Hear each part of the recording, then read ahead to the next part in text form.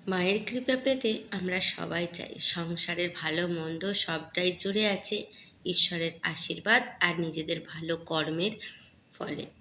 শরীর খারাপ সত্ত্বেও কিছু নিয়ম পালন করে নিলাম সংসারের কল্যাণের জন্য। তাহলে চলুন কি নিয়ম পালন করলাম সব কিছু নিয়েই আজকের ভিডিওটা, আশা করি খুব ভালো লাগবে। নমস্কার বন্ধুরা, কেমন আছেন আপনারা? নিশ্চয়ই খুব ভালো আছেন। আমার গলার অবস্থা সেই একই রকম। মনে হচ্ছে দিন কতকের মধ্যে গলার আওয়াজটাই একদম বন্ধ হয়ে যাবে। যাই হোক, আজকে একটা ছোট্ট ভিডিও। চা করেছিলাম, খাওয়া দাওয়ার পরেই রান্না বসিয়ে দিয়েছি। মাছের ঝাল করেছিলাম আর এখানে হুঁপার তরকারি করেছিলাম। কোনোটাই সম্পূর্ণভাবে দেখাতে পারিনি, আসলে শরীরটা এতটাই খারাপ যে ভালোই লাগছিল না আজকে কোনো কিছু করতে। তবে এই যে কালকে আমি বলেছিলাম না, আমাদের গ্রামের সবাই মিলে ঠাকুর বাড়ি গিয়েছিল, মানে কুলদেবীর মন্দিরে গিয়েছিল পুজো দিতে।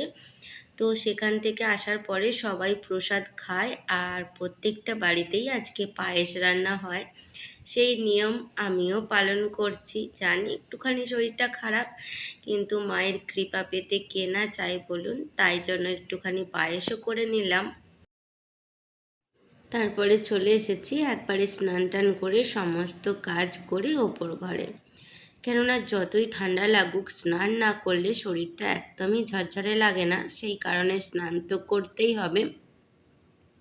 আর এত প্রচণ্ড গরম, মনে হয় যে দিনে 3বার 4বার করে স্নান করলেই বেশ ভালো হয়। তো সেটা তো আর উপায় নেই, উপায় আছে কিন্তু শরীরে সহ্য হবে না, সেই কারণেই না করাটাই ভালো। আর এদিকে একটুখানি সিঁদুরও পরে নিলাম।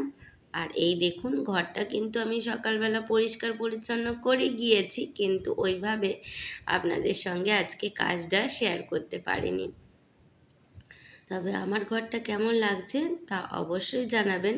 আর জানেন তো, মাছগুলোকে আজকে খাওয়ার দেওয়া হয়নি, মানে সকালবেলা তাড়াহুড়ো করে চলে গিয়েছিলাম, তারপরে ভাবছি যে এখন খেতে দিয়ে দেব। আর ইনি যে এই মাথা নাড়ছেন পাখার হাওয়াতে, উনি টুকটুক করে মাথাটা নেড়ে চলেছেন, ভীষণই ভালো লাগছে আমার কাছে। সেই ছোট্টবেলা মনে হচ্ছে যেন ছেলের সেই মানে স্মৃতিটা মনে পড়ে যাচ্ছে, যে ছোটবেলায় ও সব সময় ঘাড়টা এরমভাবে টুংটুং করে নাড়িয়ে দিত আর বলতো যে দেখো মামা কেমন কথা বলছে ডগি। তো যাই হোক, এখানে মাছেদের খাবার দিতে চলে এসেছি। এখন বেশ দুপুর হয়েছে, তবে খাওয়া দাওয়া হয়নি। আপনাদের দাদা ভাই ওই যে কিছু কাজ আছে সেগুলো করে নিচ্ছে, মানে ধানগুলো গুছিয়ে নিচ্ছে, কেননা ধানগুলো এলোমেলো হয়েছিল। আর আজকে যেহেতু ছেলে রাত্রিরে ফিরছে, সেই কারণেই ওর জন্য কিছু মাছ টাছ ভেজে তুলে রাখলাম, রাত্রিরের দিকে রান্না করে দেব। আর এখন দুপুরের মতো আমাদের রান্না হয়ে গিয়েছে। সেটুখানি তো মোটামুটি আপনাদের সঙ্গে শেয়ার করেছি, সম্পূর্ণটা শেয়ার করা হয়নি যদিও। তবে আমার এই ছোট্ট ভিডিওটা কোনো অংশে যদি আপনাদের একটু হলেও ভালো লেগে থাকে, তাহলে প্লিজ চ্যানেলটা সাবস্ক্রাইব করে আমার পাশে থাকবেন। আর একটা মিষ্টি কমেন্ট অবশ্যই করবেন, যাতে কাল নতুন ভিডিও তৈরি করার অনেকটা উৎসাহ পাই।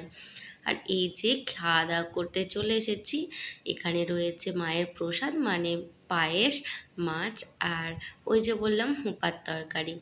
তো এই ছিল আজকে দুপুরের খাওয়া দাওয়া। খাওয়া দাওয়া সেরে যথারীতি অনেকটাই রেস্ট নিয়েছিলাম, কেননা যা প্রচণ্ড পরিমাণে গরম রোদ্দুর, বাইরে বেরোনো তো দূরের কথা, মানে পাখার নিচেই মনে হচ্ছে যদি রান্না করা যেত ঠান্ডাতে তাহলে তো ভালোই হতো। যাই হোক, এটা অনেকটাই বিকেলের দিকে, তখন 5টা 5:30 বাজে। তো আমগুলো দেখছিলাম হাত দিয়ে দিয়ে যে কোনোটা টিপ বসেছে কিনা, কালার এসেছে কিনা। তবে জানেন তো, যখন আচার করছিলাম তখন আমগুলোর মধ্যে বেশ ভালো কালার এসে গিয়েছে। আর 1 সপ্তাহের মধ্য থেকেই হয়তো পাকতে শুরু করে দেবে। ছেলের যেহেতু দিন 15 থাকবে, তাই মানে ভাবছি যে হয়তো আমগুলো পাকলে সে 2-4টে খেয়ে যেতে পারবে। আর এই যে 12 মাসি গাছটা দেখিয়েছিলাম, 1 থোকা আম হয়েছিল, দেখুন কেমন মুকুল এসেছে আবার। তো জানি না ওই মুকুলগুলো টিকবে কি না, কেননা প্রচণ্ডই তো রোদ্দুর গরম, আর আম রয়েছে ধরে গাছে, আবার ওই দেখুন মুকুল এসেছে।